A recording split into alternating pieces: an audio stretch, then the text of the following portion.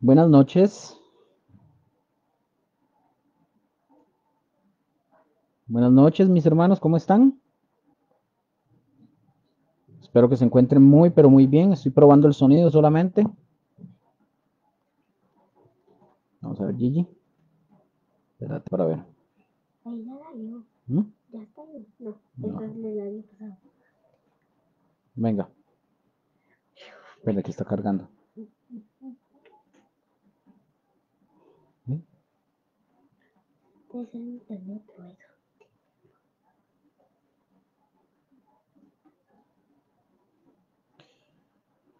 Espero que estén muy bien. Que el Señor me los bendiga. Espero, donde quiera que se encuentren.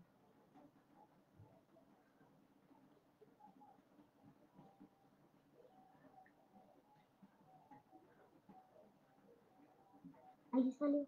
Ahí salió. Vamos a ver. Solamente estoy probando el sonido. Si alguien está por ahí, bueno, le mando un fuerte abrazo. El Señor me lo bendiga o me la bendiga, donde quiera que esté. Espérate, mi amor, para ver.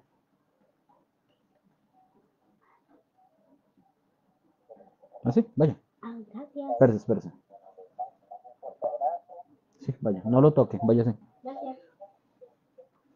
Bueno, hoy, gracias al Señor, hoy estamos 15 de mayo del 2025 y estamos en el estudio bíblico que nos corresponde el día de hoy. Solamente unos pequeños anuncios antes de iniciar para que estemos todos al tanto.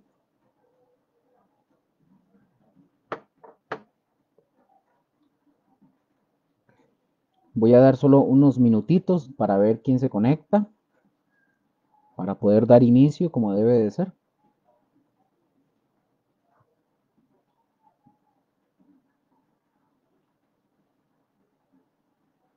Vamos a ver.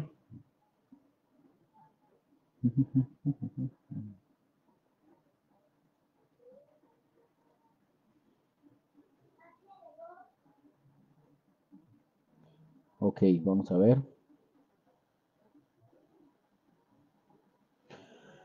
Está lloviendo.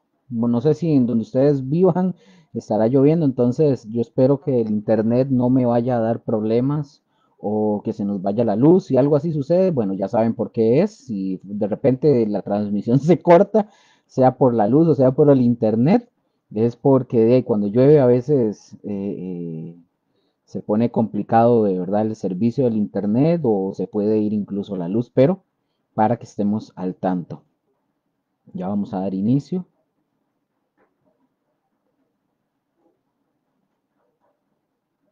Vamos a ver.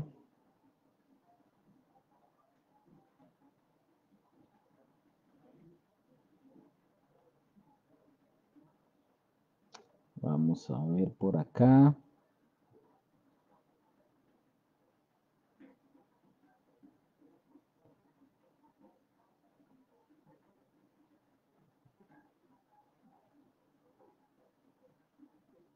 Ok, solo estoy revisando. Bueno, listo. Bueno, vamos a dar inicio ahora sí. Vamos a orar para iniciar como debe de ser, dándole gracias al Señor, porque el Señor ha sido bueno con todos y cada uno de nosotros, pidiéndole que sea Él, ¿verdad? Que sea el que nos dirija, que sea Él quien nos guíe, que nos instruya, nos enseñe, que sea Jesús siempre el centro de todo lo que nosotros hagamos, digamos, emprendamos o nuestros planes, sueños, todo, siempre sea dirigido por nuestro Señor y por el Padre de nuestro Señor Jesucristo, ¿verdad? Entonces vamos a dar inicio. No, debe ser su tablet. Vamos a ver si es cierto, antes de orar, que Diana me está diciendo que parece que se pegó. Vamos a ver si es verdad.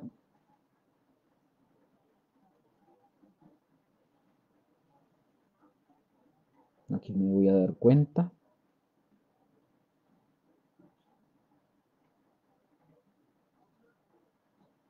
Como que se pone un poquito lento el lerdo, el internet, cuando, cuando llueve, es curioso. No debería, pero bueno.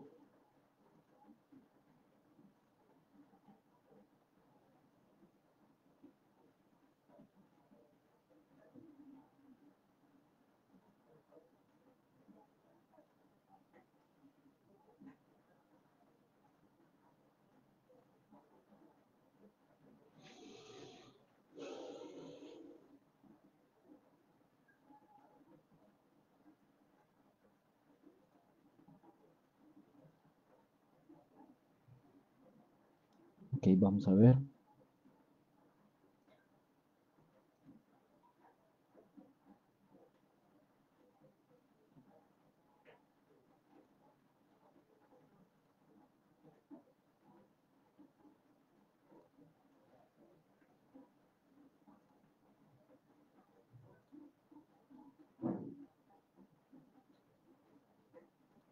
Ya vamos a empezar, ya vamos a orar para poder dar inicio.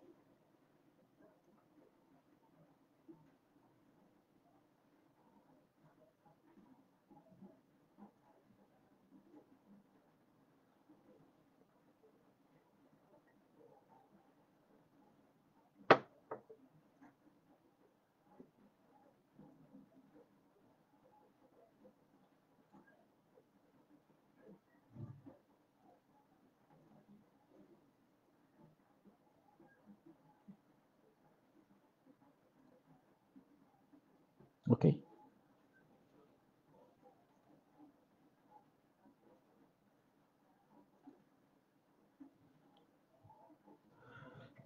Ok, ahí está, todo en orden. Ok, bueno, Padre, te damos gracias en esta noche, Señor, porque tú eres bueno con nosotros, porque tu misericordia, Señor, se renueva todos los días, cada día. Gracias por tu bondad y por tu misericordia para con nosotros. Señor, en el nombre de Jesús, Señor, te pedimos que tú seas, Señor, nuestro guía, nuestro maestro, Señor, que nos instruye y nos enseñe, Señor, de tu palabra.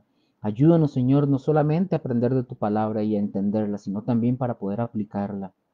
En el nombre de Jesús te lo pedimos, Señor. Yo te pido que la palabra tuya, que tu palabra, Señor, se haga vida en cada uno de nosotros y que podamos, Señor, hacer la vida y practicarla. Que las personas, Señor, puedan ver en nosotros, Señor, que la palabra que nosotros estudiamos, aprendemos, nos alimentamos de tu palabra, Señor, es una realidad en nuestra vida, Señor. En el nombre de Jesús.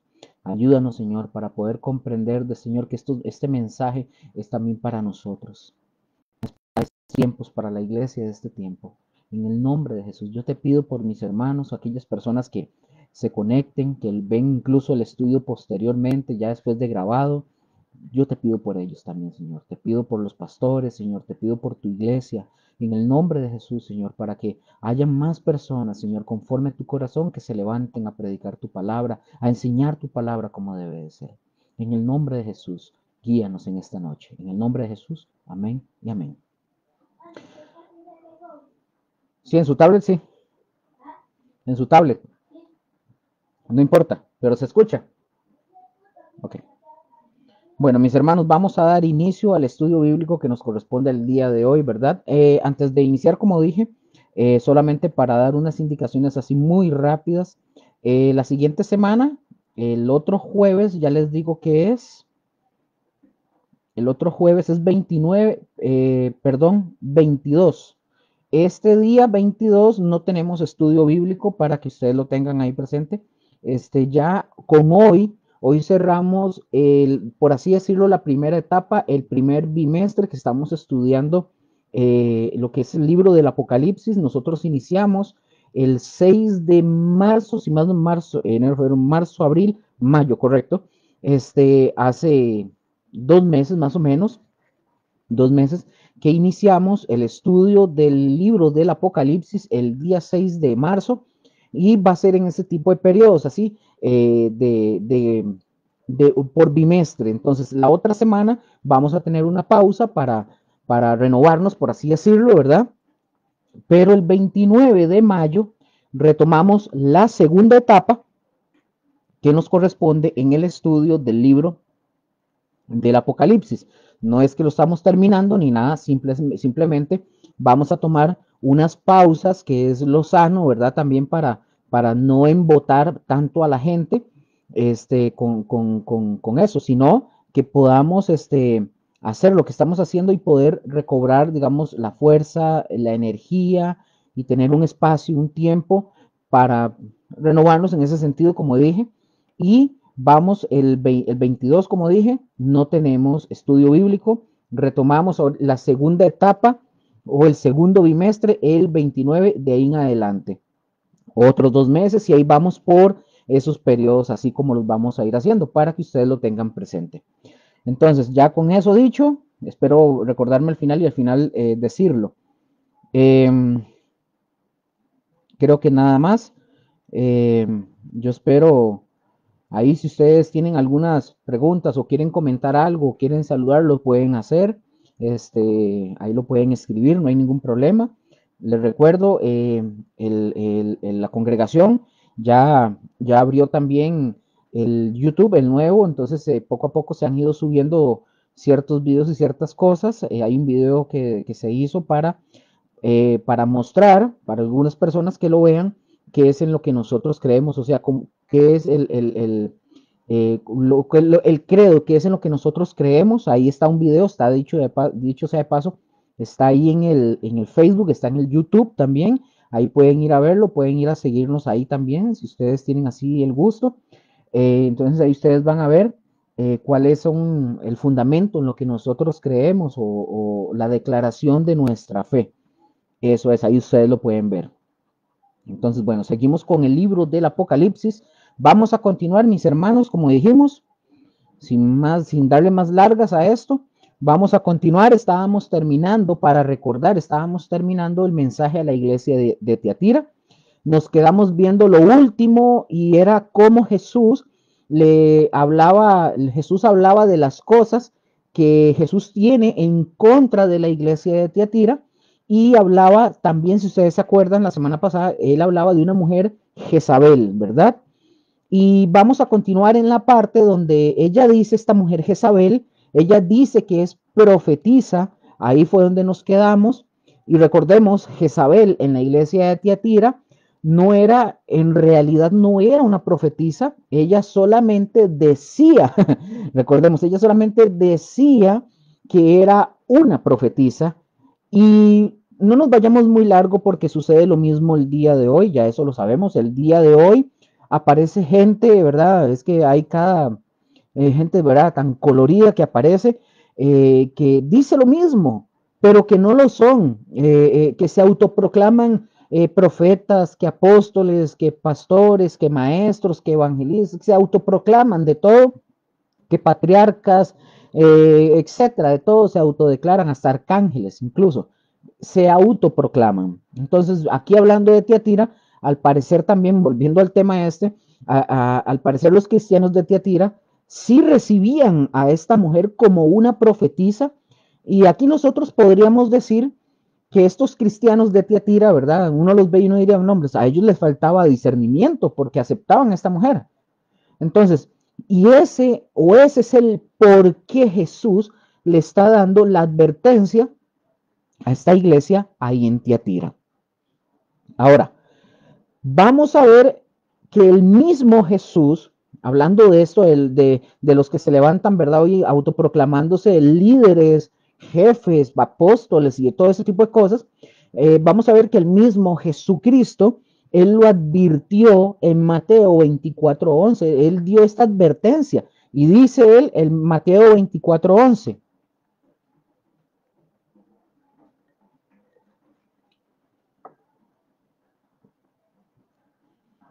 Dice él en Mateo 24:11. Y muchos falsos profetas se levantarán. Y luego dice ahí Jesús, y engañarán a pocos. No. Dice, engañarán a muchos. Eso es lo preocupante, a muchos. Entonces, esto es lo que le estaba pasando básicamente a esta iglesia en Tiatira. Estas palabras, mis hermanos, fueron habladas, recordemos algo, estas palabras en primer lugar fueron habladas en primer lugar, con una vista final de los tiempos, es decir, Jesús diciéndole a sus discípulos lo que pasaría al final de los tiempos. Pero en aquel entonces, mis hermanos, siempre, o mejor dicho, desde aquel entonces, siempre han existido aquellos y aquellas que se llaman o que se autoproclaman a sí mismos como profetas, pero que en realidad lastimosamente no lo son. Nosotros, por ejemplo, nosotros podemos ver textos, por ejemplo, del Antiguo Testamento, donde muchísimas veces, pero muchísimas veces Dios reprende a las personas que se decían ser profetas y que daban palabras de profecía. Y Dios dice, no, Dios, es como que Dios venga y diga, no, no, no, no, no, yo nunca los envié, yo nunca les dije que dijeran o que hablaran tal cosa, yo nunca lo hice. Por ejemplo, en Jeremías nosotros podemos encontrar y podemos ver, y yo se los dejo como tarea, ustedes pueden leer el capítulo 23 de Jeremías completo en sus casas, pero Jeremías 23 es un capítulo que exhorta muchísimo en esta parte que estamos mencionando sobre aquellos que se autoproclaman profetas y todo eso. Amén. Entonces, mis hermanos, seguimos en Apocalipsis capítulo 2, versículo 20 que dice ser profetisa esta mujer, ¿verdad? Y que la iglesia, lo peor del caso es que la iglesia permitía que esta mujer enseñara. Eso es lo peor.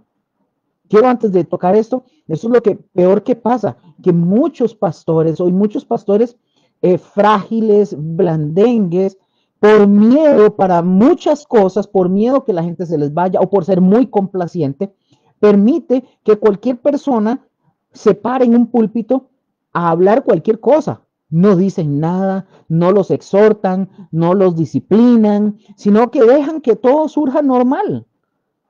Que la gente haga sus rollos, que la gente comience a dar palabras proféticas, que la gente comience a poner manos, que la gente haga un desmadre.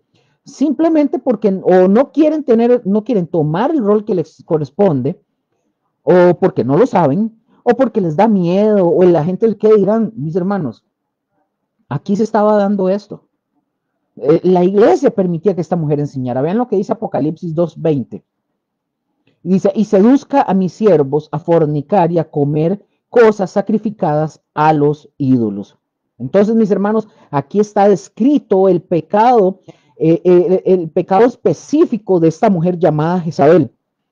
Esta mujer básicamente era una influencer de la época del siglo I. Fue una influencer del siglo I, pero era con influencia inmoral. Era una influencia impiadosa para los demás, principalmente, dice aquí el texto, para los siervos, y los conducía, dice que además, a pecar.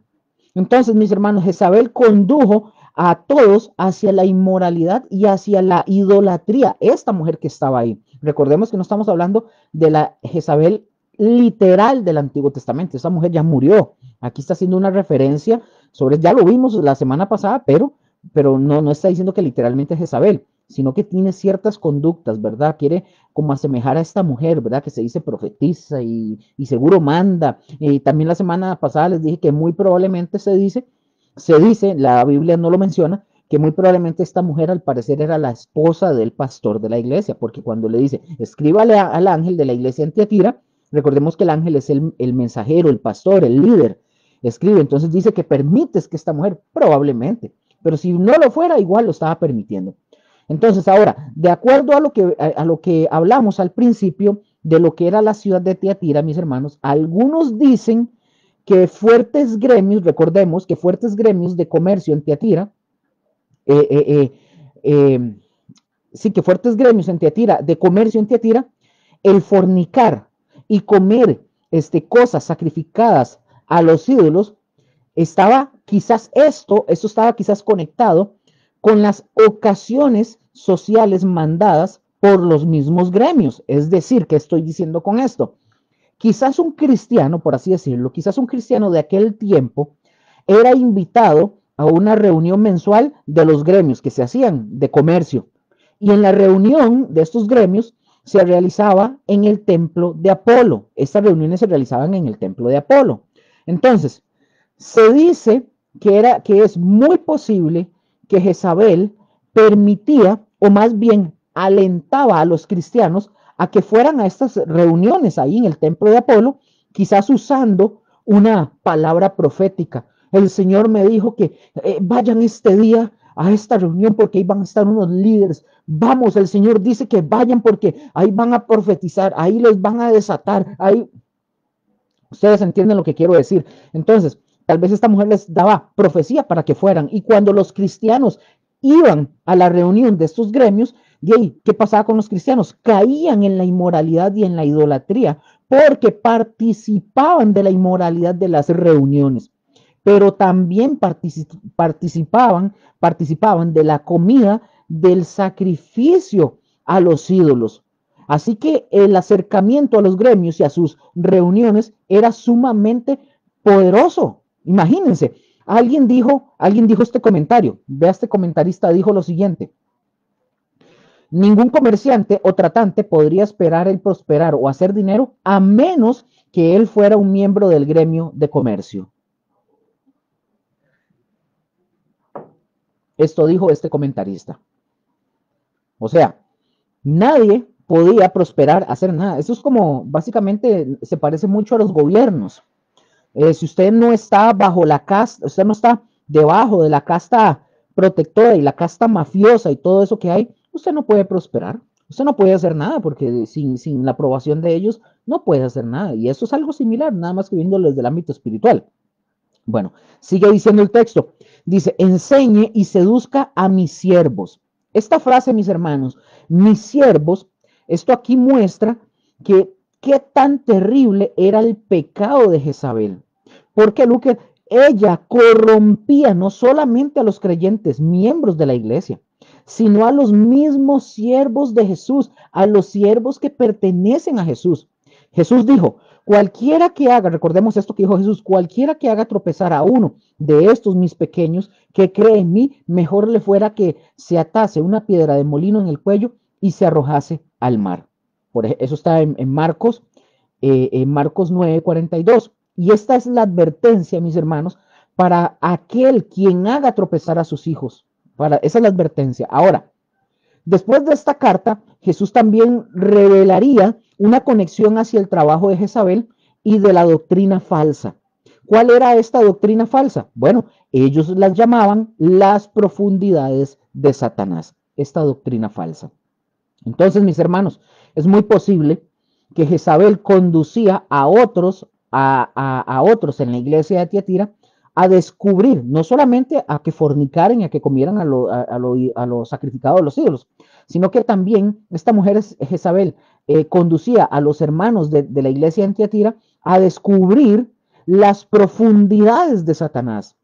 En los días del Nuevo Testamento, mis hermanos, había muchas religiones que no eran cristianas. Les invito a que ustedes, repito, ustedes pueden ir a ver la historia de la iglesia 1, que está en el canal, en el mío, posteriormente va a pasar al de la congregación. Pueden ir a ver la historia de la iglesia y se habla de esto. Había muchas religiones no cristianas que decían que ellos conocían las profundidades de Satanás. Se habla, por ejemplo, del antiguo escritor cristiano Tertuliano. Tertuliano dijo lo siguiente, dice él en uno de sus escritos: si ustedes preguntan a los gnósticos sobre sus misterios cósmicos, ellos fruncirán la ceja y dicen, es profundo. Es como, es profundo, como jugando de importantes. La verdad, mis hermanos, ¿puede ser profundo? Sí, sí, pero es profundo hacia un agujero peligroso. Pero eso era un pensamiento, mis hermanos, de los gnósticos. Y recordemos que el gnosticismo penetró muchísimo en la iglesia. Entonces aquí pregunto, ¿cómo pueden los cristianos caer en las profundidades de Satanás? Estoy hablando, obviamente, de la época de Tiatira, pero también estoy hablándolo para la época de nosotros. ¿Cómo pueden los cristianos caer en las profundidades de Satanás? Eso es posible. Sí, mis hermanos, es muy posible, quizás, y la razón iba de esta manera. Se los voy a plantear de esta forma. Se los voy a poner de esta forma. controlar efectivamente a Satanás, hagamos de cuenta que esto que estoy hablando es como que si esta mujer Jezabel lo estuviera diciendo en la iglesia, esta profetisa, ¿verdad? De Jezabel, ahí en la iglesia en Tiatira. Hagamos de cuenta que ella está diciendo eso. Ella diciendo, para poder controlar efectivamente a Satanás, deben entrar a sus fortalezas y conocer sus profundidades para que así puedan conquistarlo. Les hago una pregunta, ¿ustedes no se acuerdan o si han escuchado, no han escuchado algunos unos pastorcillos que hay por aquí en Costa Rica, que una vez fue también por ahí al Everest a conquistar también el terreno del diablo, junto con otra mujer por allá, otra pastora? O sea, ¿no les suena algo parecido? Si ustedes saben de quién estoy hablando, ya me entendieron. ¿Para ver algo? Un momento. Ok. Entonces, es para que ustedes vean que se asemeja a todo eso. Otra que fue a conquistar y a destruir el trono de Santa Claus y todo eso. Bueno, estoy hablando en serio, pastoras y pastores que han salido diciendo esas cosas. Ahora, yo no sé si ustedes, por ejemplo, han leído un texto en la Biblia que dice que si no se ata primero al hombre fuerte, ese texto que habla de eso, bueno, cómo se puede o cómo puede ser conquistado? Y muchas personas hoy en día, líderes, pastores y cristianos, muchos han usado este texto o este tipo de textos sacados fuera del contexto para hablar cosas como estas, ¿verdad? Que estamos analizando. Yo no sé si ustedes conocen o se acuerdan de una profetisa, esta que estoy mencionando, que anda pululando por ahí, que junto con otros que se dicen profetas y apóstoles, uno de ellos, como dije, es Tico, es muy conocido. Bueno, hablando de estos tipos, se juntaron un día y dijeron, la única manera de acabar con las tinieblas es ir a las alturas donde está el nivel del ambiente espiritual, y ahí ellos iban a ir a conquistar.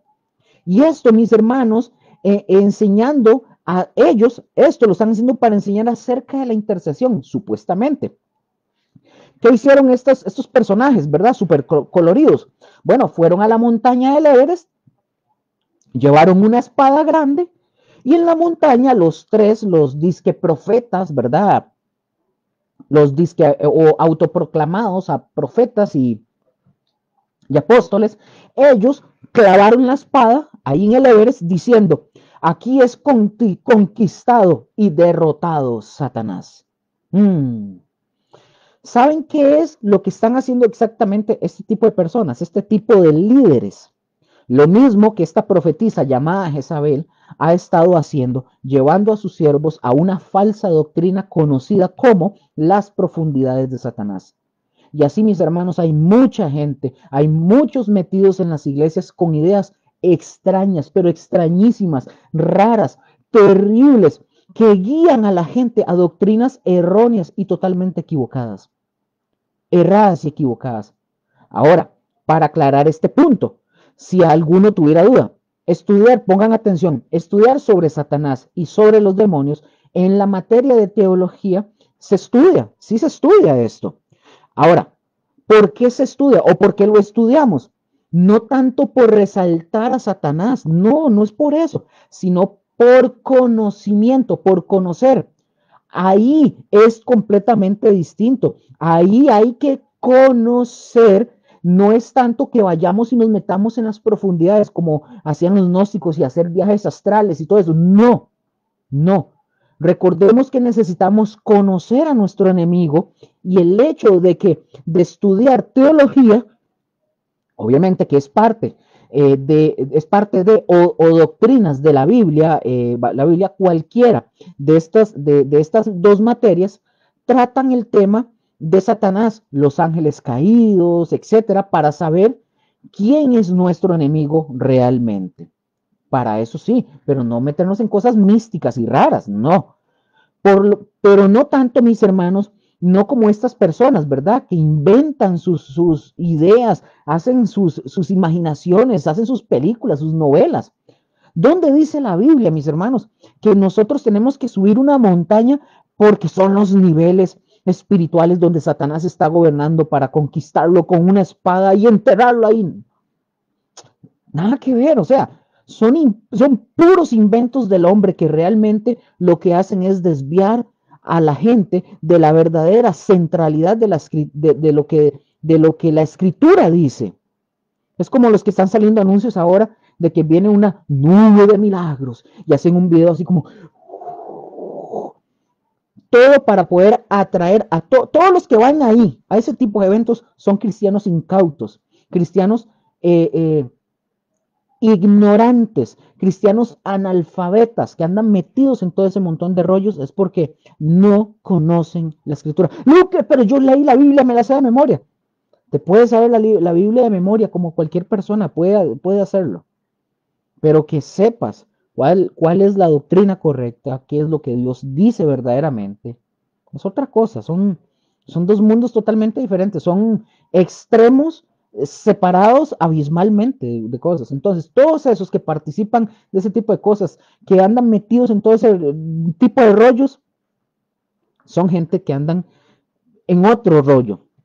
El Dios de la Biblia no es el mismo Dios que ellos creen que están adorando. Pero bueno, entonces, mis hermanos, eso es lo que hay que tener mucho cuidado. Continuando, Jesús dice en el versículo 21 de Apocalipsis 2, y le he dado tiempo para que se arrepienta, hablando de esta mujer. ¿A quién le ha dado tiempo que se arrepienta? Otra vez, a esta mujer que se dice profetisa, Jezabel, ¿verdad? Y junto con ella, a todos los que la siguen o creen en lo que ella dice. Vea lo que dice el versículo 21 otra vez. Y le he dado tiempo para que se arrepienta, pero no quiere arrepentirse de su fornicación. Pongan atención, los verbos en este versículo, dado y no quiere, que dice, y le he dado, cuando dice dado y no quiere, y en el anterior que vimos que dice enseña y engaña, dan la sugerencia que había transcurrido ya algún tiempo desde que Jezabel entró a formar parte de esta iglesia. En palabras más sencillas, siervos fieles, mis hermanos, del Señor, que la habían, que ya la habían advertido. Siervos fieles del Señor que la habían advertido. Juan, por ejemplo, Juan utiliza, o Juan, mejor dicho, Juan quizás fue uno de los pastores que la habían aconsejado a esta mujer. Es muy probable. Sabía que el Señor no es tardo en cuanto a su promesa, sino que se muestra siempre paciente el Señor. Y siempre le da el Señor siempre le da al pecador, le da advertencias oportunas y con ocasión para arrepentirse. Nadie aquí en esta tierra, nadie puede decir que Dios actúa en forma precipitada. Nadie puede decir eso. Las escrituras nos enseñan claramente una y otra vez que Dios es un Dios de misericordia, que no quiere la muerte de nadie. Cuando habla de muerte es la perdición, ¿verdad? Porque todos nos vamos a morir. Dios quiere que las personas se arrepientan y vivan. Pero cuando los pecadores rechazan sus ruegos de parte del Señor y las advertencias, escogen la muerte. Básicamente, no hay un término medio. Si usted ha estado escuchando y usted me escucha a mí, usted se burla, usted puede ser familiar mío, o puede ser un amigo, un conocido, y usted se burla por escucharme a mí y verme a mí o escuchar a un pastor o cualquier y burlarse, no se importa, no se burle. Usted no me está rechazando a mí, usted se está burlando y rechazando directamente a Jesús. Así de simple. Y estás escogiendo la muerte. Y cuando digo muerte, es la condenación eterna. Entonces, la mujer llamada Jezabel fue una de ellos en este caso. Y esta acusación, mis hermanos, hacia esta mujer es tan fuerte, la acusación que le hace Jesús a Jezabel, que no quiere arrepentirse esta mujer. Aparentemente Jezabel rechaza la obra del Espíritu Santo en su corazón, básicamente, el cual el Espíritu Santo está haciendo un llamado. ¿A qué? Arrepiéntete. Es el mismo llamado para nosotros el día de hoy. Un cristiano verdadero tiene que vivir en arrepentimiento diario, todos los días. ¿Por qué, Luker? Porque yo pequé. Yo pequé ayer, antier, etcétera. Yo tengo que vivir en arrepentimiento diario y continuo. Porque Dios no me va a aceptar a mí con pecado. Dijo un pastor por ahí una vez, dice, yo tengo un montón de pecados. No, ¿cuál montón? Tengo multitudes. No, tengo millares y aún así el Señor me va a aceptar. No, sí pecamos, pero el Señor nos llama a arrepentirnos. El Señor no nos va a aceptar con pecado. Entonces, como le dice esta mujer, le está haciendo un llamado a arrepiéntete, es decir, vean el Dios misericordioso que usted y yo tenemos. ¿Nos equivocamos? Sí. ¿Fallamos? Sí. Y Dios siempre nos da Dios siempre la oportunidad de poder cambiar, de dejar de hacer o de dejar de seguir viviendo como estamos viviendo. Por eso el llamado es de arrepentirse. Todos ustedes y yo sabemos que arrepentimiento es un cambio de dirección, es decir, estamos viviendo de tal forma y el Señor nos está pidiendo que nosotros le demos la espalda a lo que estamos haciendo. El arrepentimiento es esto: voy para allá, me doy vuelta y voy para allá. En este caso, para allá voy hacia la muerte, hacia donde está el pecado, hacia donde está el infierno. Doy la vuelta a eso y me convierto para ir a Dios. Eso es el arrepentimiento. Es decir, ya estamos viviendo de tal forma y el Señor nos pide que le demos la espalda a todo lo que estamos viviendo para que nosotros continuemos viviendo con Dios, volviéndonos a Dios todos los días. Nosotros, mis hermanos, podemos ver, por un lado, la misericordia de Dios que está invitando a esta mujer a arrepentirse, pero por otro lado, cuando dice que no quiere arrepentirse, también podemos ver el juicio del Señor. Y hay tiempo, mis hermanos, para arrepentirse. Mis hermanos, hay tiempo. Cuando Dios nos muestra su misericordia, Dios nos da esos espacios de tiempos en los que tenemos que aprovecharlos para arrepentirnos. Ahora, usted puede ser un amigo, un conocido, puede ser que yo no sepa quién es usted, el que usted me esté viendo, pero si usted es familia mía, si usted es un vecino mío, si usted fue compañero mío de trabajo, si usted es un conocido mío de cualquier parte, arrepiéntase. Hoy es ese llamado al arrepentimiento. Solo hay dos posiciones: el camino de la vida o el camino de la muerte. Dice el Señor en el Antiguo Testamento, dice: hoy pongo delante de ti el camino de la vida y de la bendición, y pongo el camino de la muerte y de la maldición. Escoge tú. Escoja. Ah, no, Luker, no vamos a hacer como hablan este programa, que es un programa que no sirve para nada, el de boca en boca. Ahí usted los escucha hablar, salen cada idiotez en esas entrevistas que hacen, y gente que dice, metidos en fiestas, emborrachándose y haciendo un montón de cosas, pero con el Señor, y hablan de Dios para arriba y para abajo, pero no son hijos de Dios. Entonces no se engañe. No crea que porque usted va a misa o a un día al culto, o que usted habla bonito de Dios, o tiene imágenes, o tiene una foto, o pone frases bonitas, no crea que eso la convierte o lo convierte en cristiano o en hijo de Dios. El arrepentimiento, hoy está esa oportunidad, escoja. No hay un punto medio, no hay grises. O la vida con el Señor o la muerte eterna. Punto, no hay dos. Pero tienes que escoger.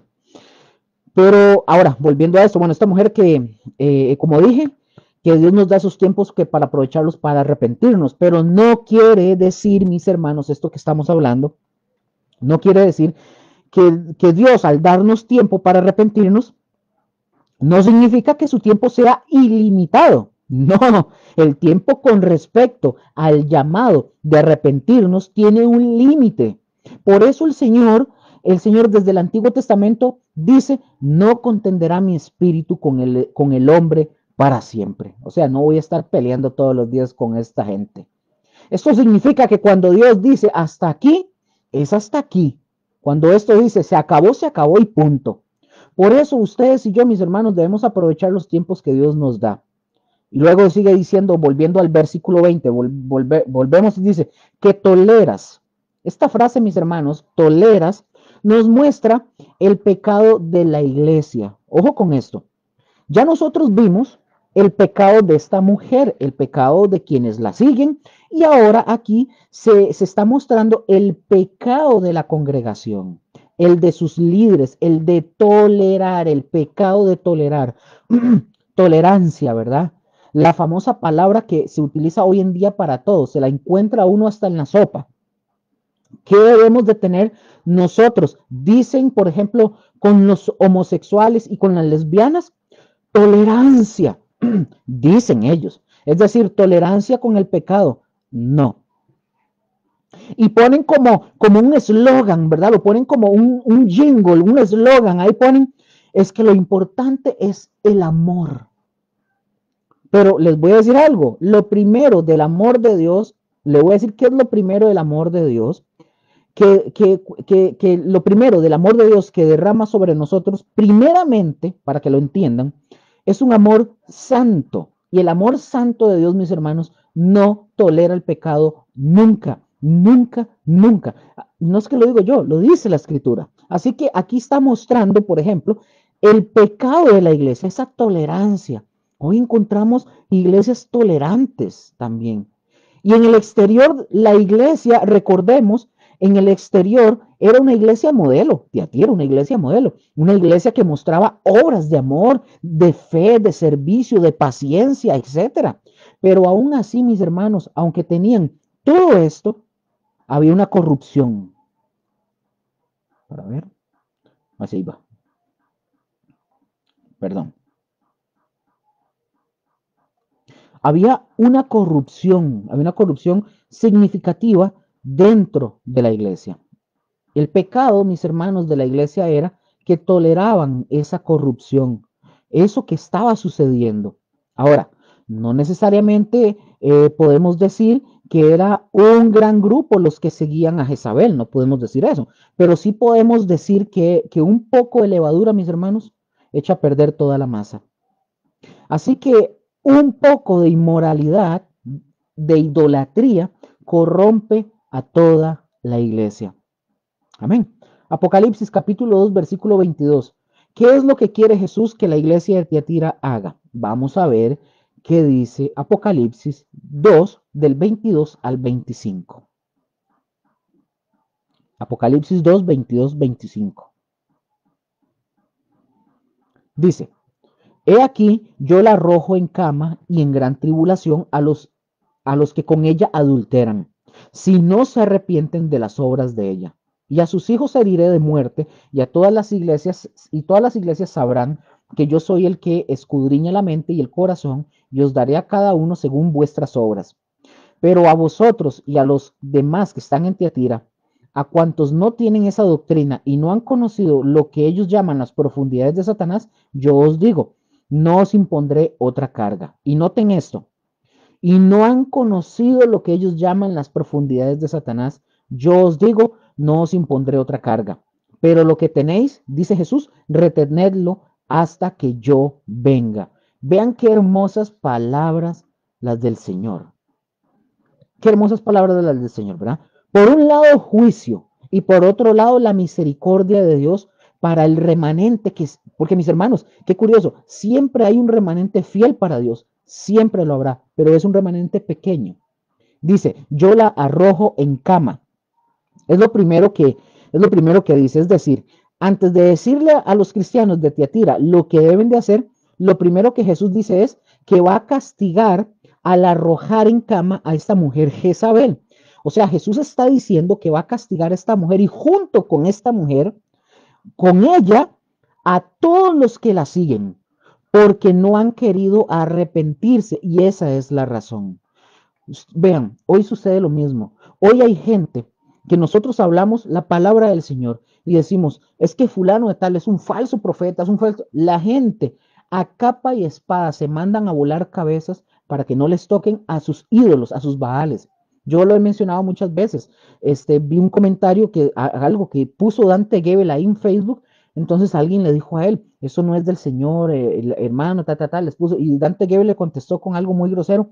Pero el problema no es que Ante Gebel conteste o no, porque sabemos que Ante Gebel no es un verdadero hombre de Dios, sino simple y sencillamente es ver cómo el montón de chivos, montón de cabritos detrás de él, tirando y diciéndole cosas a la gente que atacan a su Baal, a su ídolo, a su Dios. Y no solo Dante Gebel, sino otro pocotón más de gente. No les pueden tocar al pastor, Dios guarde, al profeta o a la profeta. No toquen al ungido. Es peligroso. porque ellos se mandan a defender, no les importa a dar mordiscos, dar patadas, dar espadazos, dar balazos, no importa, siempre y cuando no ofendan a sus líderes. Ahora, volviendo a este tema de que no ha querido arrepentirse, ¿verdad? Y que es la razón que la van a mandar en cama, ¿verdad? Y la van a castigar. Ahora, ¿cuál es la referencia de adulterio aquí que está haciendo la palabra? La referencia de adulterio habla de ambos casos. Por un lado, pongan atención, por un lado, el adulterio sexual y por otro lado, perdón, el adulterio espiritual. Es decir, cuando los cristianos, por dar un ejemplo, cuando los cristianos honran a otros dioses, ¿cómo se le llama eso? Eso se llama infidelidad. Por lo tanto, es un adulterio espiritual. O sea, estás coqueteando con otros dioses. No se le dio a esta mujer otra oportunidad para que se arrepintiera, porque se negó a escuchar, básicamente. Sin embargo, a sus seguidores, a ese montón de gente que iba detrás de los que son de los que zapatean, no me toquen a la profeta, a los seguidores que habían cometido adulterio y practicado la idolatría, sí se les dio tiempo para arrepentirse de sus caminos equivocados por ser el agente, esta mujer, el agente que los sedujo. A la mujer se le echa la culpa principal, en tanto que a sus seguidores se les da tiempo para que se arrepientan. Si estas personas escuchan a Jesús, ¿qué hace Jesús? Él va a retirar su amenaza, la va a quitar. Pero si no toman en cuenta las advertencias de Jesús, los castigará con una enfermedad y morirán. El paralelismo, mis hermanos, en este pasaje indica que interpretemos el término hijos no en forma literal, sino en forma figurada, porque los hijos, recordemos, son los seguidores de la mujer. Ya hemos hablado de cuando se refiere hijo de, es un lenguaje de filiación. Ahora, la figura de una cama, pongan atención, la figura de una cama para los culpables, tanto de adulterio sexual como espiritual, tiene una connotación acá. ¿Qué era esta cama? Preguntarán. ¿Qué era esta cama? ¿A qué se refería con la cama? Sí, si lo están pensando, sí, es un castigo, empezando por ahí, es un castigo. Pero ¿a qué se refería? Mis hermanos, esta cama podría tener la alusión a una gran aflicción, podría referirse a una enfermedad, literalmente. ¿Y dónde terminan, por ejemplo, los que tienen una enfermedad muy fuerte? En cama. Es una enfermedad literal, fuerte.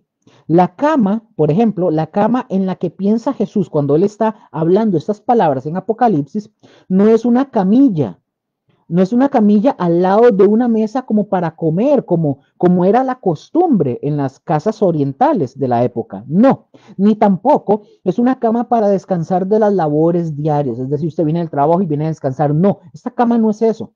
Por implicación, mis hermanos, es una cama para pacientes enfermos como consecuencia de un estilo licencioso de vida. Es decir, la mujer Jezabel estaba cosechando lo que había sembrado. Estaba postrada en una cama de sufrimiento que la llevó a su eventual muerte. Así de simple. Hay un texto, por ejemplo, hay un texto en la Biblia que tiene una relación con esto que estamos hablando y está en 1 Corintios capítulo 11 versículo 30 y es la ocasión cuando se está dando la Santa Cena. Pablo está dando la indicación en la iglesia de Corinto de que no participen mal de la Santa Cena. Y ven lo que él dice. 1 Corintios 11:30. Por lo cual hay muchos enfermos y debilitados entre vosotros, y muchos duermen. Es decir, es decir, que muchos han muerto y se usa aquí ese duermen es un eufemismo para cambiarla, el eufemismo para no decir algo que suene tan grosero, lo cambian con una palabra para que suene más bonito. El eufemismo duermen es para hablar de muerte, de muerte. O sea, aquí lo que nos está diciendo la escritura es que Dios puede utilizar la enfermedad como una manera de castigarnos cuando nosotros estamos en un pecado. Incluso sabemos que no todas las enfermedades, recordemos que no todas las enfermedades vienen a raíz del pecado, no, pero no tenemos que pensar que todas son causa del pecado. Claro, cuando uno pasa una situación de enfermedad, ¿verdad? u otros, por ejemplo, lo primero que uno hace es ir con Dios generalmente y preguntarle, Señor, cuando uno está enfermo, Señor, ¿qué he hecho de malo? ¿En qué estoy mal para que me esté aquí, me esté pasando esto? Y a veces hacemos, estando enfermos, hacemos una reflexión en nuestras vidas y Dios puede o no decirnos si hay algo que tengamos, que tengamos que quitar o que realmente Dios tiene un propósito en medio de esa situación. Entonces, mis hermanos, tenemos dos ejemplos en el Evangelio de Juan en el capítulo 5. Jesús sana a un paralítico, por ejemplo, que tenía 38 años de estar paralítico, esperando llegar, ¿se acuerdan?, al agua del estanque y ser sanado, y era muy difícil que llegara, al final de cuentas. Nunca llegó al estanque, ¿verdad? Pero bueno, ahí estaba este hombre de 38 años, ¿verdad?, de que no podía llegar, y Jesús llega y lo sana. Y cuando se lo vuelve a encontrar, se vuelve a encontrar con Jesús, porque cuando lo sanó, realmente no tuvo tiempo para ver a Jesús y conocerlo. Yo dije paralítico, era el ciego. Después, este hombre se lo encuentra y le dice, mira, Jesús le dice, mira, has sido sanado. Y le dice, no peques más para que no te venga algo peor, le dice Jesús al hombre. Entonces ahí Jesús, mis hermanos, Jesús relaciona el pecado con la enfermedad. Pero, vamos al otro, pero luego en Juan 9, el otro ciego de nacimiento, que sus discípulos le preguntan a Jesús, Señor, ¿por qué este hombre está así? ¿Por qué él está ciego?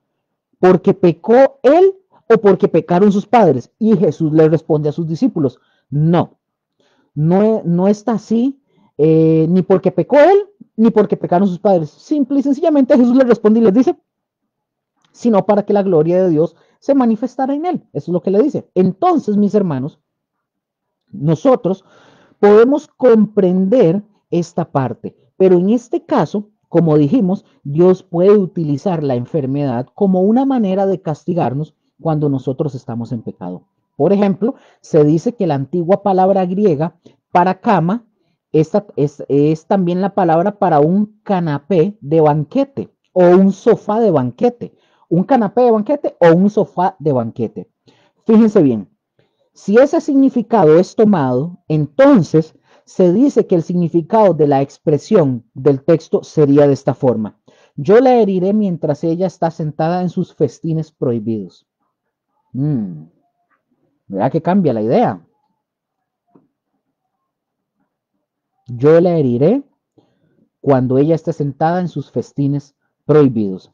Ahora, en el diccionario Vine nos dice que esta palabra cama es cline, con K, cline, del Strong 2825.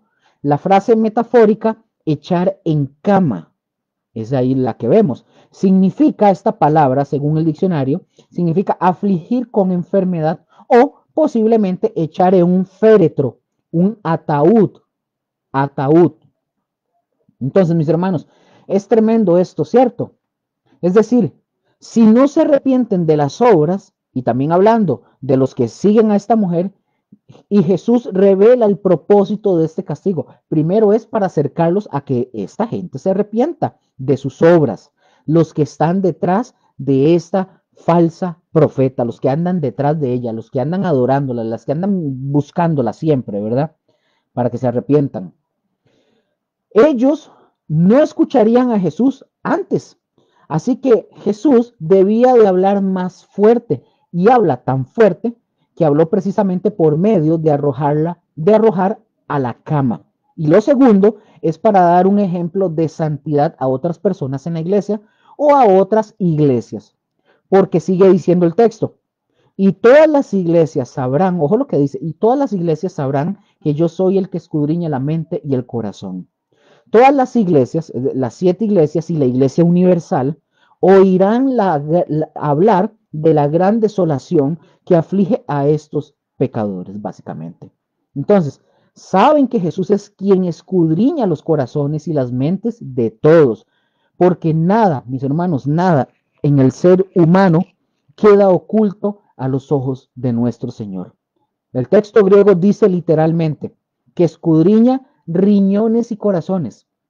Cuando dice, nosotros, la palabra dice que escudriña las mentes y los corazones. El texto original dice que escudriña riñones y corazones, así literalmente. Que esta es una expresión hebrea, mis hermanos. Pongamos atención. Esta es una expresión hebrea que se encuentra en varios pasajes, como por ejemplo en el Salmo 7:9, en Jeremías 11:20 y Jeremías 17:10. El riñón y el corazón, mis hermanos, son empleados en forma sinónima y se referían al ser más íntimo de una persona, las entrañas, lo que oculta la moral, sentimientos y pensamientos de la misma persona. O sea, la expresión en español para nosotros es mente y corazón. Y no es un error, quiero que entiendan, esto no es un error, simplemente se traduce así para que nosotros tengamos una mejor comprensión de lo que dice el texto. Nunca se nos olvide esto, mis hermanos. Él es el que escudriña la mente y por eso debemos caminar bien, caminar rectamente delante de sus ojos. Y sigue diciendo enseguida el texto 23 de Apocalipsis 2. Y a sus hijos heriré de muerte. Ahora, pregunto, ¿todos los seres humanos morimos? La respuesta es simple, sí. Pero no todos mueren. Quiero que entiendan esto, porque aquí voy a ir un poco lento. ¿Todos los seres humanos morimos? Sí. Pero no todos los seres humanos mueren por la muerte o por el pecado. ¿Qué quiero decir con esto? Hay personas que mueren por el pecado. ¿Sabían eso? Hay personas que mueren por el pecado. Hay quienes mueren por desobediencia y por rebeldía. Por ejemplo, hay gente que muere, me decía Rose un día, eso hablando con mi esposa. Hay gente que muere no porque Dios tenía en sus planes, ojo, no porque Dios no supiera, pero no era la voluntad de Dios que ciertas personas mueran en tal momento o de cierta forma, simplemente ellos escogieron morir de esa forma o llegar ese día, porque tal vez no era ni el día, fue que, pero ya Dios sabía. Bueno, les voy a poner un caso, muy rápido, voy a ser breve. Hace muchos años atrás, eh, podía tener yo cuántos, 22 años más o menos, hace como 20 años, 20, no me acuerdo, por ahí anda, 20, 21, 22, no sé. Yo tengo una amiga que en aquel entonces ella estaba casada, estaba muy joven, no voy a decir quién es, muy joven. Ella estaba en sus 18 años, estaba muy joven. El esposo que tenía, chavalo, mal portado, siempre era mal portado.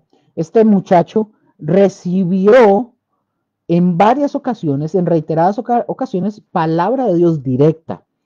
Alguien que venía y le decía, fulano de tal, dice el Señor, ordénate, deja de pecar, vuélvete a mí, hágame caso, varias veces, varias veces.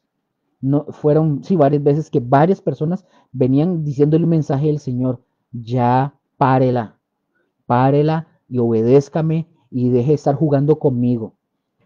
Resumido, este muchacho apareció muerto en un motel con otra mujer, los dos murieron, ambos, así quedaron, como decir, uno sentado aquí, otro sentado aquí, cayeron así, ¡pum! Murieron, porque dejó él en el motel, se metió en el garaje, el carro no lo podía apagar, porque si lo apagaba después no lo podía prender porque tenía un problema, lo dejó prendido, los gases del vehículo empezaron a subir, y el dióxido de carbono y todo eso, y no llegaron ni siquiera a consumar el acto que iban a hacer, simple y sencillamente ahí quedó, ahí murió. Pero él fue advertido. Dios le habló en reiteradas ocasiones que se arrepintiera y que volviera a él. No quiso. Y es terrible, mis hermanos, llegar a ser muerto o llegar a caer muerto por el pecado y por la desobediencia. De verdad, es mejor morir con Cristo que sin Cristo, mis hermanos.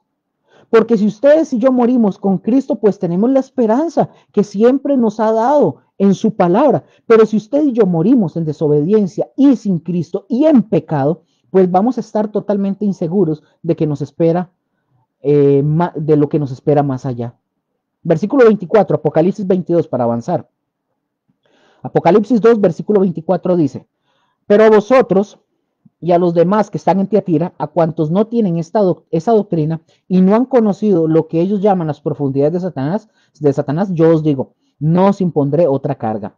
Los seguidores fieles, mis hermanos de Cristo, ahora escuchan que Jesús se dirige a ellos. Con perseverancia ellos rechazaron las enseñanzas y el estilo de vida de la profetisa Jezabel y siguieron las enseñanzas de la Escritura. O sea, las instrucciones y prácticas de esta mujer diferían poco de lo que enseñaban y hacían, y de lo que, o sea, difería poco de lo que enseñaban y de lo que hacían los nicolaitas en las iglesias. Y en la iglesia, por ejemplo, en Éfeso y en Pérgamo. De modo que se le puede aplicar este nombre a sus seguidores. También que lo vimos, como lo vimos antes, los gnósticos decían que ellos conocían las cosas profundas y que ellos ellos eran los grandes iniciados. Esto es lo opuesto, mis hermanos, a la enseñanza de Pablo de que el Espíritu examina las profundidades de Dios. Es lo contrario. Sabiendo esto, los cristianos fieles en Tiatira difícilmente se dejarían seducir ante la descarada invasión de conocer las profundidades de Satanás. Jesús dice, no os impondré otra carga. Entonces, el decreto apostólico que había formulado el concilio de Jerusalén estipula que los cristianos gentiles debían abstenerse de lo sacrificado a los ídolos, de sangre, de carne de animales ahogados o estrangulados y de la inmoralidad sexual. Hechos 15:29, ahí lo pueden ver. De estas 4 estipulaciones se les pidió a los cristianos en Tiatira que observaban 2, ¿cuáles? Abstenerse de los alimentos sacrificados a los ídolos y de la inmoralidad sexual. Un comentarista llamado Bedwick, él dio una buena traducción de esto y de la frase siguiente que dice, no pongo sobre vosotros ninguna otra admonición, o sea, amonestación, onerosa o gravosa, que no sea esta. Conservad lo que tenéis. ¿Y qué tenían? La totalidad de la fe depositada en las santas escrituras de la que formaba parte el decreto apostólico. Con la inclusión del Apocalipsis, estas personas recibieron el canon completo del Antiguo Testamento y del Nuevo Testamento. Entonces, eran receptores del texto completo de la revelación escrita de Dios. Y la promesa que dice, hasta que yo venga. Esto apunta a la segunda venida de Cristo. Y luego dice a los demás, a ese fiel remanente o a ese remanente fiel, en el versículo 25 dice, un momento.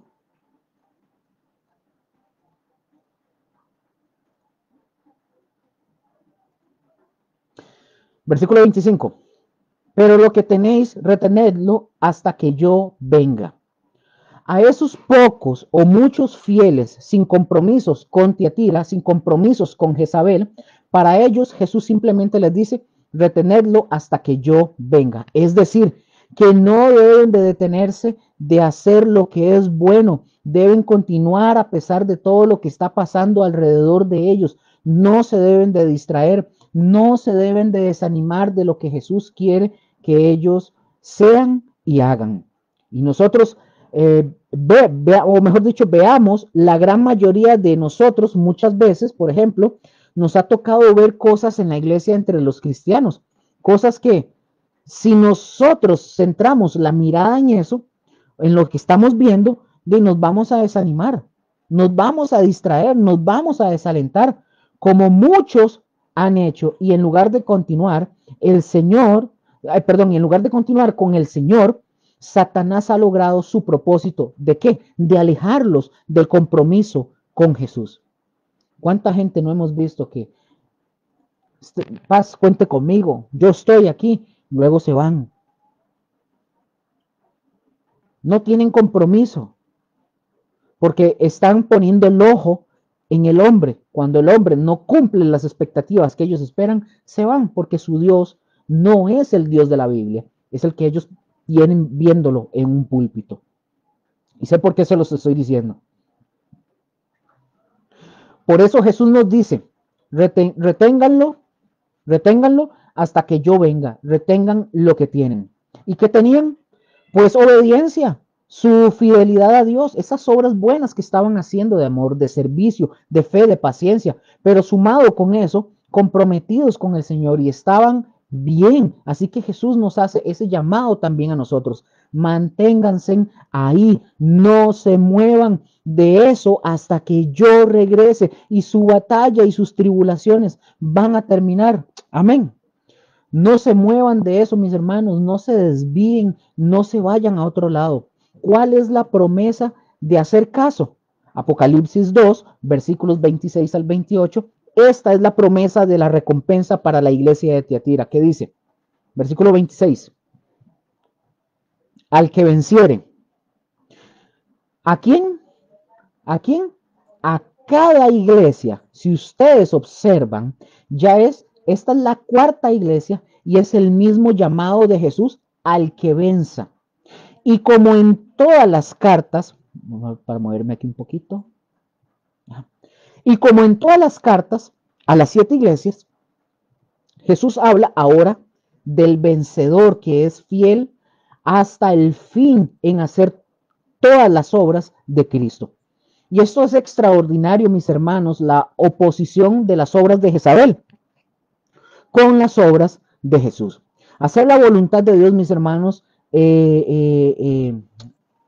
perdón, que me moví aquí.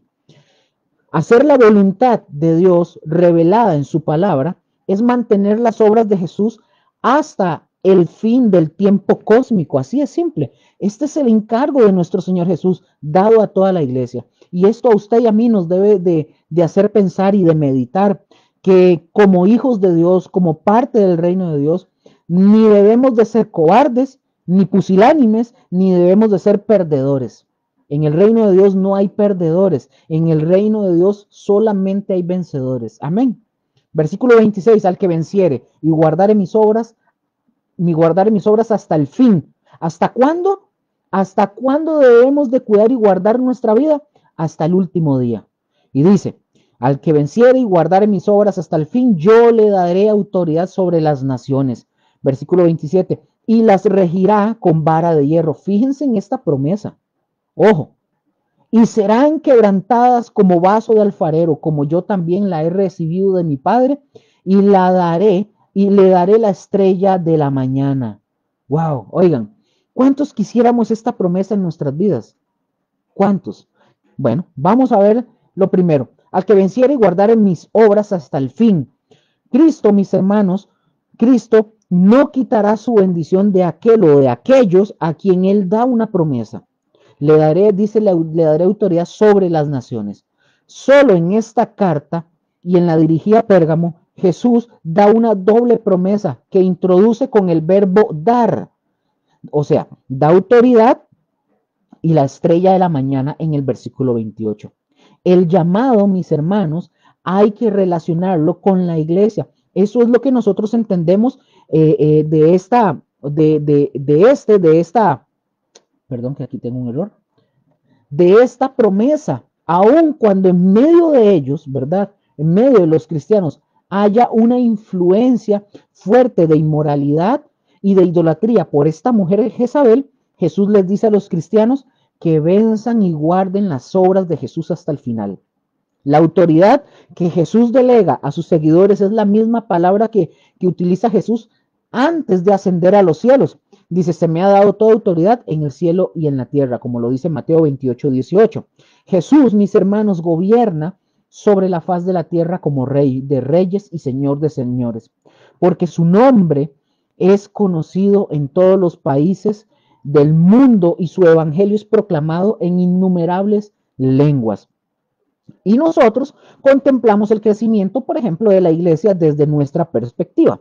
Pero desde la perspectiva de la iglesia en Tiatira, las palabras de Jesús exigían una fe que triunfaría sobre la oposición, o sobre toda oposición, engaño y toda tentación. Esto a nosotros nos está diciendo que no nos tenemos que desanimar por lo que se está viviendo actualmente, incluso. Porque esa inmoralidad, mis hermanos, que está a nuestro alrededor, aún entre los cristianos, la obra de Dios debe de seguir, debe de continuar por medio de sus vencedores. Amén. Vamos a ver. Ahora, fíjense bien a los vencedores. ¿Qué les va a dar Jesús? Dice, yo le daré autoridad sobre las naciones. Entonces, mis hermanos, aquí vemos que Jesús prometió, mis hermanos, que nosotros reinaríamos juntamente con Él. Jesús promete darnos autoridad sobre las naciones. Y aquí le está hablando a la iglesia, no está hablándole a los judíos.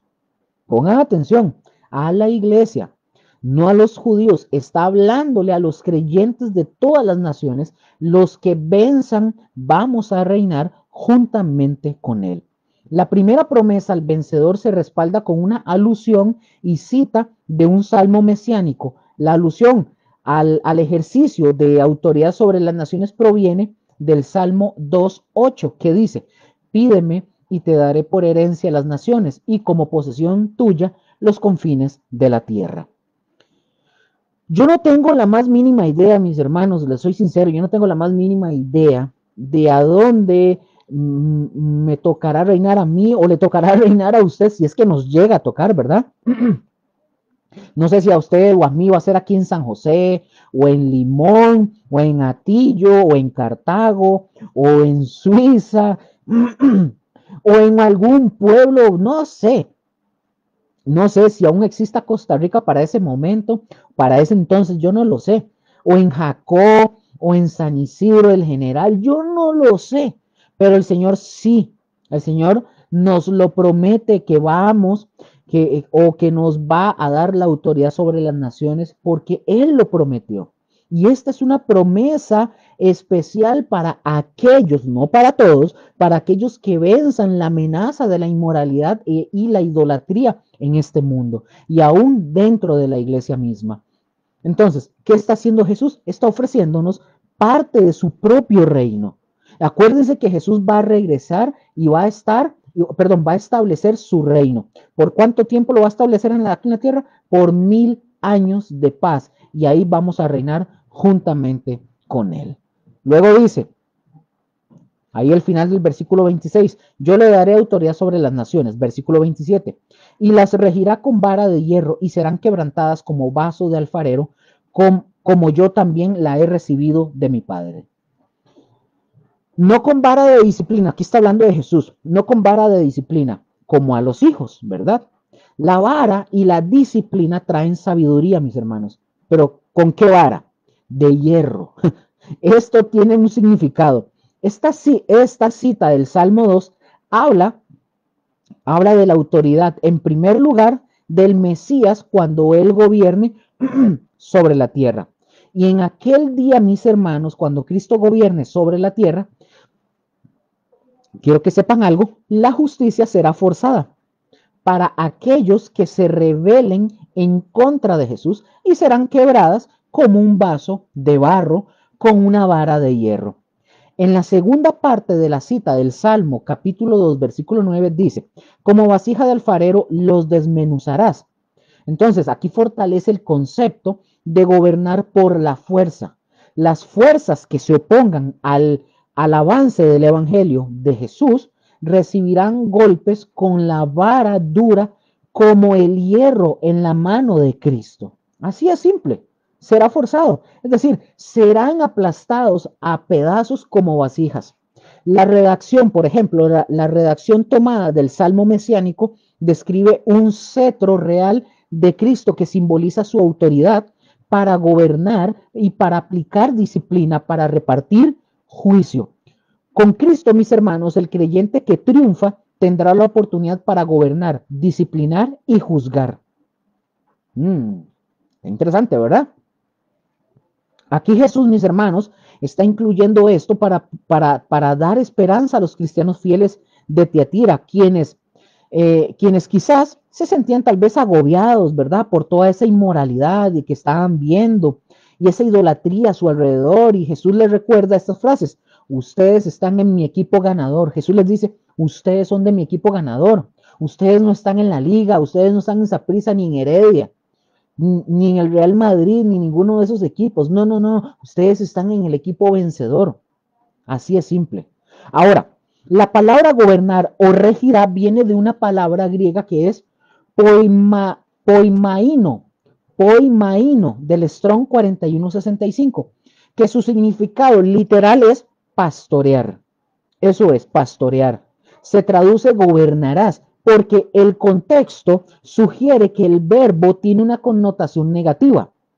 La tarea del pastor, mis hermanos, la tarea del pastor es cuidar de sus ovejas y esto incluye protegerlas contra todo daño. Entonces utiliza su callado, el pastor, hecho de madera, de roble, que es duro como el hierro. Con él, con ese callado, con él ataca a todos y todos los que quieran hacerle daño a sus ovejas. ¿Qué quiere decir? Quiere decir que el gobierno no será simplemente ejecutar juicio, sino que la autoridad del gobierno está hablando que vamos a administrar con misericordia y dirección de Dios. Y vean qué bonito lo que dice al final en el versículo 28. Y le daré la estrella de la mañana. Y le daré la estrella de la mañana. ¿Qué está haciendo Jesús acá? Jesús está ofreciéndonos una recompensa, la más grande del reino. Y esta recompensa, ¿sabe cuál es? Es Jesús mismo, que se está ofreciendo a sí mismo. ¿Por qué dice eso, Luker? Porque Jesús es la estrella de la mañana. Imagínense Jesús con nosotros. ¡Wow! Esta promesa al vencedor es el don de la estrella de la mañana, que es Cristo Jesús. Este término, mis hermanos, este término lo encontramos una vez en Apocalipsis, donde Jesús se lo aplica a sí mismo. Dice, yo soy la raíz y el linaje de David, la estrella resplandeciente de la mañana. Eso lo vamos a ver más adelante en el capítulo 22, 16. ¿Cómo da Cristo esta estrella a su fiel seguidor? Hay una conexión muy sutil entre la referencia al Salmo 2, versículos 8 y 9, y una alusión a Números 24, 17, donde Balaam profetiza y dice, saldrá estrella de Jacob y se levantará cetro de Israel. Aquí el símbolo, mis hermanos, del cetro condujo al de la estrella porque ambos son símbolos de realeza que comparte el creyente. Los santos gobiernan con Cristo y resplandecen como estrellas de la mañana. Vamos a terminar aquí.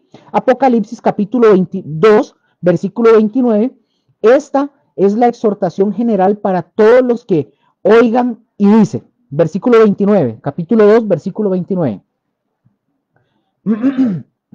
El que tiene oído, oiga lo que el Espíritu dice a las iglesias. Vean, mis hermanos, esta es una carta que aplica a todos. Aplica a aquellos que son como Jezabel, quienes se conducen y quienes conducen a otros a pecar. Aplica para aquellos que siguen la enseñanza de Jezabel y que conducen a otros a pecar. Pero también aplica para aquellos líderes, pastores, etcétera, que permiten a Jezabel obrar de esa manera. Y aplica también al que es fiel, al que debe mantenerse por siempre en fidelidad. Yo lo dije ahora al principio. ¿Cómo es posible que el día de hoy hayan pastores que permitan que todo el mundo predique, que permiten que todo el mundo tenga púlpito, que todo el mundo diga lo que quiera, que todo el mundo profetice, que todo el mundo imponga manos, hablen en lenguas y hagan? ¿Por qué? Porque les da miedo. Ay, no quiero que se me vaya la gente. Es que si lo digo se me van a ofender. Es que por el amor al Señor, el pastor es el que tiene el liderazgo entregado de parte de Dios. Y no puede permitir el pastor, lo hemos dicho nosotros.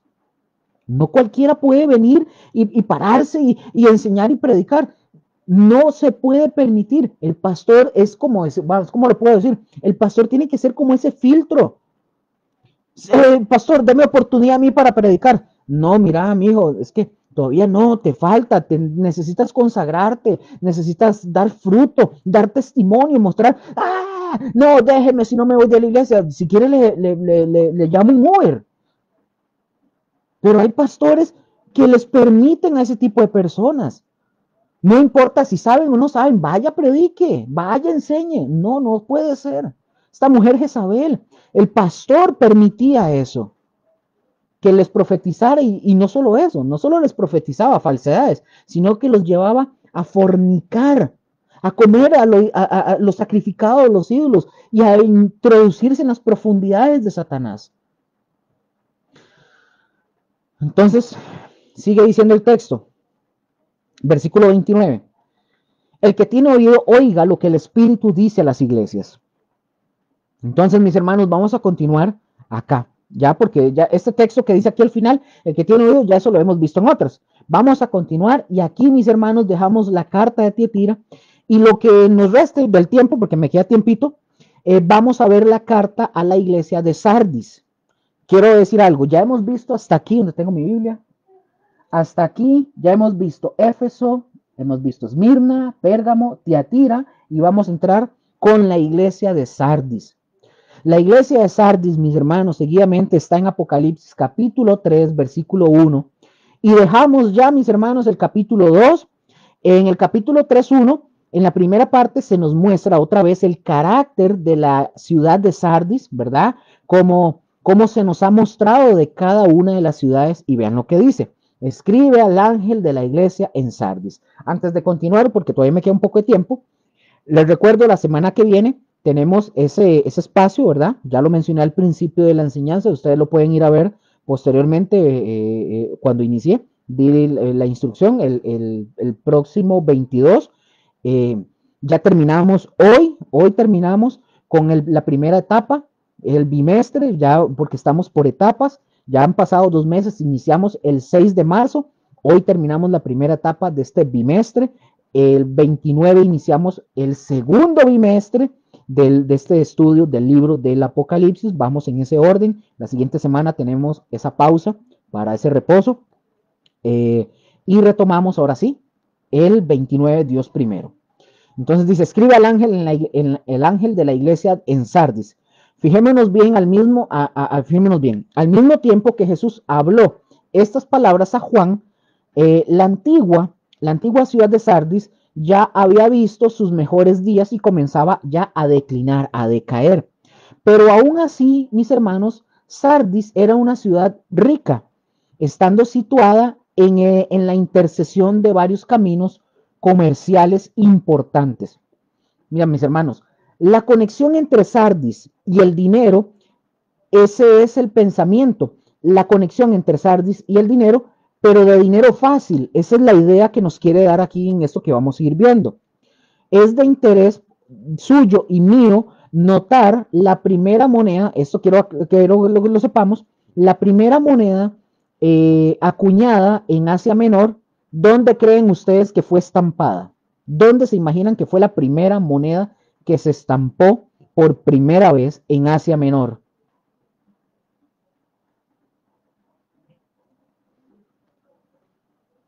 En Sardis. Ahí se hizo la primera moneda en los días del rey Creso o Croesus. Creso o Croesus, cualquiera de los dos, es lo mismo. Creso, más fácil. Estas monedas, mis hermanos, creadas de una forma burda, por así decirlo, tosca, ni siquiera eran monedas redondas. Fueron al inicio el dinero en el sentido moderno del término. Sardis, mis hermanos, es la actual Sart en Turquía. Era el lugar donde nacía, básicamente donde nacía el dinero de moneda. Y también se dice, mis hermanos, que Sardis era una ciudad muy conocida por su facilidad de vida y de lujos. Sardis tenía una reputación bien merecida por su apatía e inmoralidad. Es decir, era una ciudad que abundaba la inmoralidad. La que usted se imagine, eso era. En Sardis había un gran y magnífico, así como lo estoy diciendo, en Sardis había un gran y magnífico templo para la diosa madre Cibeles, así como lo estaban oyendo. Dicho sea de paso, en la actualización de los cursos de las falsas doctrinas, voy a tocar un tema de estas Cibeles cuando toque el catolicismo romano. Vamos a ver para que vean quién es esta Cibeles y dónde cae posteriormente y a quién es. Pero no voy a adelantar, eso lo pueden ir a ver posteriormente o después. Entonces, repito, en Sardis había un gran y magnífico templo para la diosa madre Cibeles. Incluso en las ruinas de este templo, mis hermanos, se pueden ver, dice o se decía que se pueden ver sus columnas principales.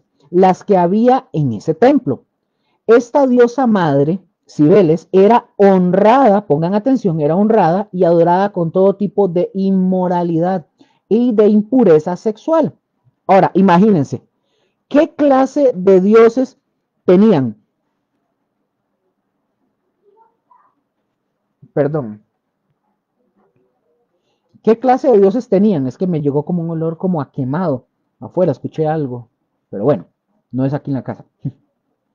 ¿Qué clase de dioses tenían esta gente? Vean, ¿qué clase de dioses? Entonces, la combinación de dinero fácil y el ambiente moral que había en Sardis, o sea, quiere decir que se amaban, que ellos amaban el placer y en gran medida eran personas donde se notaba una vida sin restricciones, es decir, no tenían restricciones, no había límites para lo que ellos hacían, donde también se notaba el amor al placer y los lujos. Sardis se conoce como la ciudad de los decadentes. No, no es un grupo de música por aquello. Sardis se conoce como la ciudad de los decadentes. Ahora, hay algo curioso en Sardis, de acuerdo a la historia, se dice que hubo un rey llamado Ciro, que había llegado a Sardis y quería conquistarla. Pongan atención, esto es interesante, ya casi estamos terminando. La ciudad de Sardis, mis hermanos, estaba situada aproximadamente a 48 kilómetros al sureste de Tiatira y 80 al este de Esmirna. El plural Sardis se refiere primero a la ciudad como fortaleza en lo alto de un promontorio y luego a la próspera ciudad comercial de productos agrícolas y de una industria como conexa situada en la parte llana del valle inferior. Ojo con esto. Situada en una franja elevada y angosta, la fortaleza era invencible desde el punto de vista militar. Estamos hablando de Sardis. Pongan atención de esta historia, porque eso es algo real. Sardis, mis hermanos, vivía entre paredes amuralladas, entre precipicios, es decir, es lo que veníamos diciendo, estaba en un lugar alto. Se dice que en su tiempo nadie podía conquistarla. Ojo con lo que viene. Se dice que el rey Ciro le dijo a sus soldados que él iba a recompensar a cualquiera de sus soldados de su ejército, a aquel que pudiera encontrar una forma de subir a la ciudad de Sardis y encontrar cómo entrar. Entonces, se dice la historia que un soldado se quedó analizando y estudiando el problema cuidadosamente. Dice, la historia dice así, leo textualmente para ustedes que dice, mientras él observaba, o sea, el soldado de este rey Ciro, dice el soldado, mientras él observaba, vi un soldado que defendía Sardis y que se le cayó su yelmo, o sea, su casco por las paredes de las murallas escarpadas. Y observó cómo el soldado de Sardis descendía por un pasaje secreto para recuperar su yelmo. Sorpresa. Justo ahí estuvo el punto. Él marcó el lugar del camino y ¿qué hizo este soldado? Condujo a un grupo de soldados de Ciro hacia arriba. Por la noche, los persas, ¿verdad? Los persas escalaron los muros, no encontraron oposición y se apoderaron de la ciudad. Debido a esto, mis hermanos, a esta historia, debido al descuido de un solo soldado, al no haber tratado de custodiar los muros, Creso perdió la guerra. El rey Creso, que estaba ahí en Sardis, ¿verdad? Perdió la guerra. En esa noche, dice la historia, cuando escalaron fácilmente los precipicios, llegaron a la ciudad.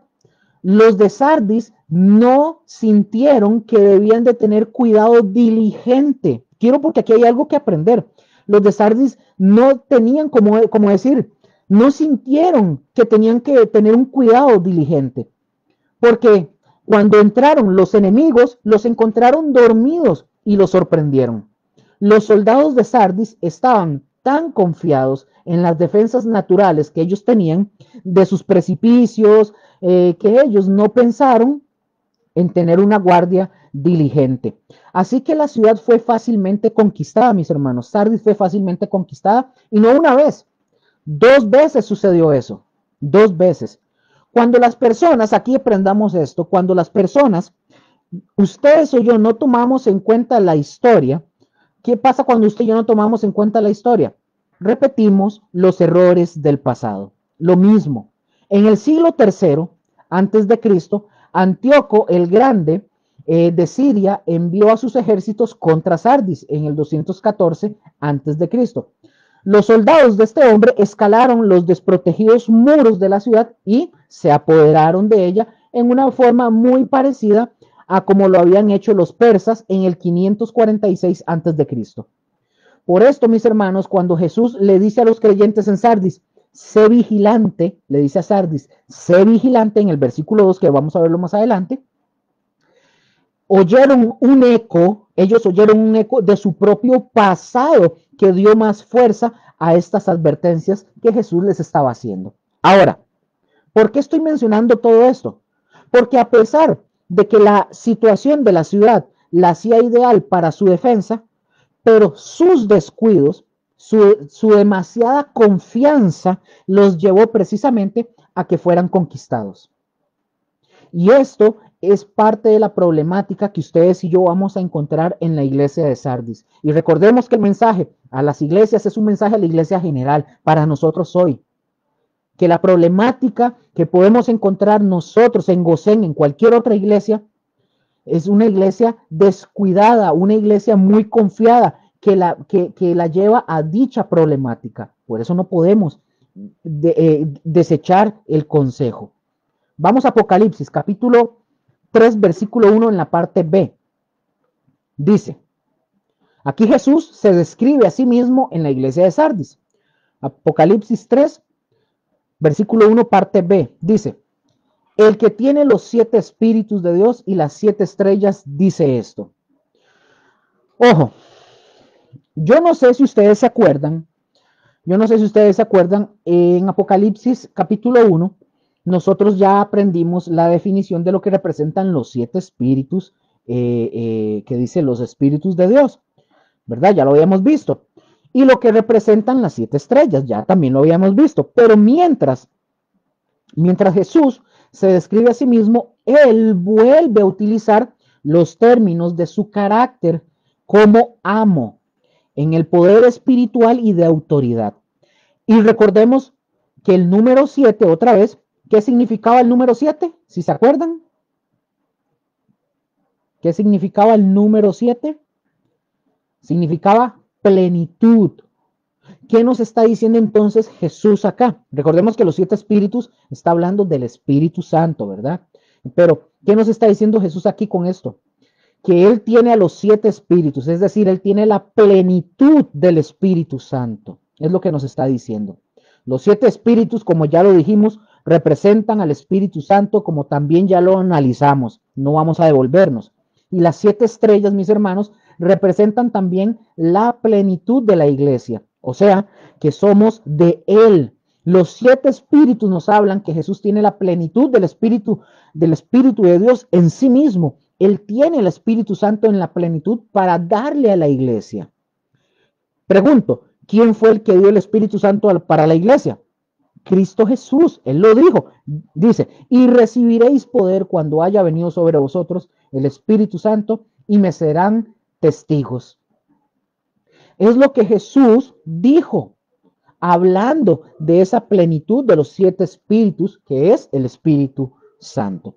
Jesús dice que Él tiene los 7 espíritus, es decir, que ha recibido, de nuevo le digo, la plenitud del Espíritu Santo y ejerce autoridad sobre Él. Entonces, encarga al Espíritu Santo que lo dé a conocer tanto a los creyentes como a los incrédulos y que avive las llamas de la renovación en las iglesias que están debilitándose. El Espíritu Santo, por lo tanto, mis hermanos, es el agente que infunde nueva vida a la iglesia agonizante de Sardis y que estimula a los miembros apáticos para que actúen y se pellizquen, básicamente. Y ya vamos finalizando. Y las 7 estrellas, mis hermanos, es que Jesús tiene la plenitud de la iglesia en su mano. Las 7 estrellas se refieren a a los 7 ángeles, recordemos, a los 7 ángeles en este caso, estos ángeles representan a los líderes, o sea, a los pastores de las 7 iglesias, a los que a través de estas cartas, cuando Jesús habla de los ángeles, que ya lo hemos dicho, no se está refiriendo solamente al individuo, no se está refiriendo solamente al pastor, se está refiriendo, sí se refiere al pastor, pero o a la persona encargada de la congregación, sino que se está refiriendo a toda la iglesia por medio de él, o sea, a toda la congregación o a toda la iglesia en general de todos los tiempos. Así que Jesús, mis hermanos, está hablándole a toda la iglesia en general y debemos estar atentos a sus palabras. Él es el amo de la iglesia, el dueño de la iglesia. Él es el Señor de la iglesia. Y eso es lo que Él le está diciendo a esta iglesia de Sardis. Tengo la plenitud del Espíritu Santo, pero también soy el dueño de la iglesia. Amén. Apocalipsis 3, versículo 1, parte C o parte 3. Aquí vemos lo que Jesús sabe sobre los cristianos de Sardis. Dice, yo conozco tus obras, que tienes nombre de que vives y estás muerto. Qué raro, ¿verdad? Vive, pero está muerto. Dice, yo conozco tus obras. Y una vez más, oímos estas frases de Jesús y termino ya con esto, sabiendo que Jesús conoce todo. Marcos capítulo 4, versículo 22 dice, ¿por qué no? Porque no hay nada oculto que no haya de ser manifestado, ni escondido que no haya de salir a la luz. Y hasta aquí voy a terminar. Hasta el día de hoy, mis hermanos, en todas las iglesias el Señor ha dicho claramente, yo conozco tus obras. Y yo creo que eso nos debe de quedar a ustedes y a mí muy claro, que nuestras obras no pasan desapercibidas para el Señor. Él conoce las obras de cada uno de nosotros, las suyas, las mías, las de todos nosotros, de Yana, las de Mónica, Josué y de cada uno de nosotros. Amén. Mis hermanos, aquí terminamos. La siguiente semana continuamos, ya estamos en el capítulo, como dije, capítulo 3, ya entramos a la iglesia de Sardis. Hemos avanzado bastante en este tiempo. Ya hemos visto Éfeso, Esmirna, Pérgamo, Tiatira, que acabamos de terminar, y empezamos ahorita con Sardis. Ya casi vamos a entrar con otras más. Y les recuerdo, la siguiente semana no tenemos estudio bíblico, por favor. Y este, un, un mensaje así encarecido de verdad. Eh, lo hemos dicho en otras ocasiones, compartan el video, este, compartan, denle like, comenten para que el algoritmo le dé importancia y el mensaje llegue. Repito, lo importante es el mensaje, no quienes aparecen detrás de la pantalla. Esos no importan, es el mensaje. Si estamos interesados en que el mensaje llegue a otros, compártalo. No lo guarde, no nada más deje ahí. Ahí se tiene la posibilidad, no le cuesta nada, comparta el mensaje. Compártalo para que pueda llegar a más personas. No tanto por recibir gente o recibir seguidores, es compartir el mensaje de Cristo a otras personas. Bueno, vamos a orar para terminar y le damos gracias al Señor por esta noche, por la palabra que Él nos ha enseñado, por todo lo que hemos venido aprendiendo en todo este tiempo del Apocalipsis, porque ha sido muy rico, Señor. Gracias por tu palabra. Te honramos y te bendecimos, Señor, porque tú eres bueno y para siempre es tu misericordia. Gracias, Padre. Señor, y que la palabra que haya llegado a los corazones de mis hermanos, Señor, dé fruto, Señor, que dé fruto, Señor, y dé buen fruto, Señor. En el nombre de Jesús, que sean hombres y mujeres, que de verdad, Señor, nos entreguemos a ti, Señor, que de verdad tomemos la cruz, Señor, y avancemos, que no estemos enamorados, Señor, con un pie en el mundo y con un pie en el Señor. Eso no cabe, eso no calza. O somos de un lado o somos del otro. Ayúdanos, Señor, a poner por obra, Señor, tu palabra. En el nombre de Jesús. Señor, que tu iglesia, Señor, se despierte. Bendecimos a tu iglesia. En el nombre de Jesús. En el nombre de Cristo Jesús. Te damos gracias, Señor, por esta noche. Yo bendigo a mis hermanos, a mis hermanas, los que posteriormente vean esto, a los que igual, Señor, lo compartan y aprendan y les saquen más a todo esto, Señor, en el nombre de Jesús. Alumbra los ojos de su entendimiento, Señor, bendícelos, Señor, en sus trabajos, en sus finanzas, en su salud, a sus familias, sus hijos, sus esposas, esposos, Señor, incluso sus mascotas, sus alacenas, en el nombre de Jesús. Te damos gracias y te amamos, Señor. En el nombre de Jesús. Amén, amén y amén. Mis hermanos, bendiciones. El Señor me los guarde. Les recuerdo el domingo, no se los olvide congregarse. Tenemos reunión virtual aquí. Somos Comunidad Cristiana Gosén, ¿verdad? A las 10:30, Dios primero, para que puedan conectarse. Al que tenga gusto, ahí se pueden conectar. 10:30.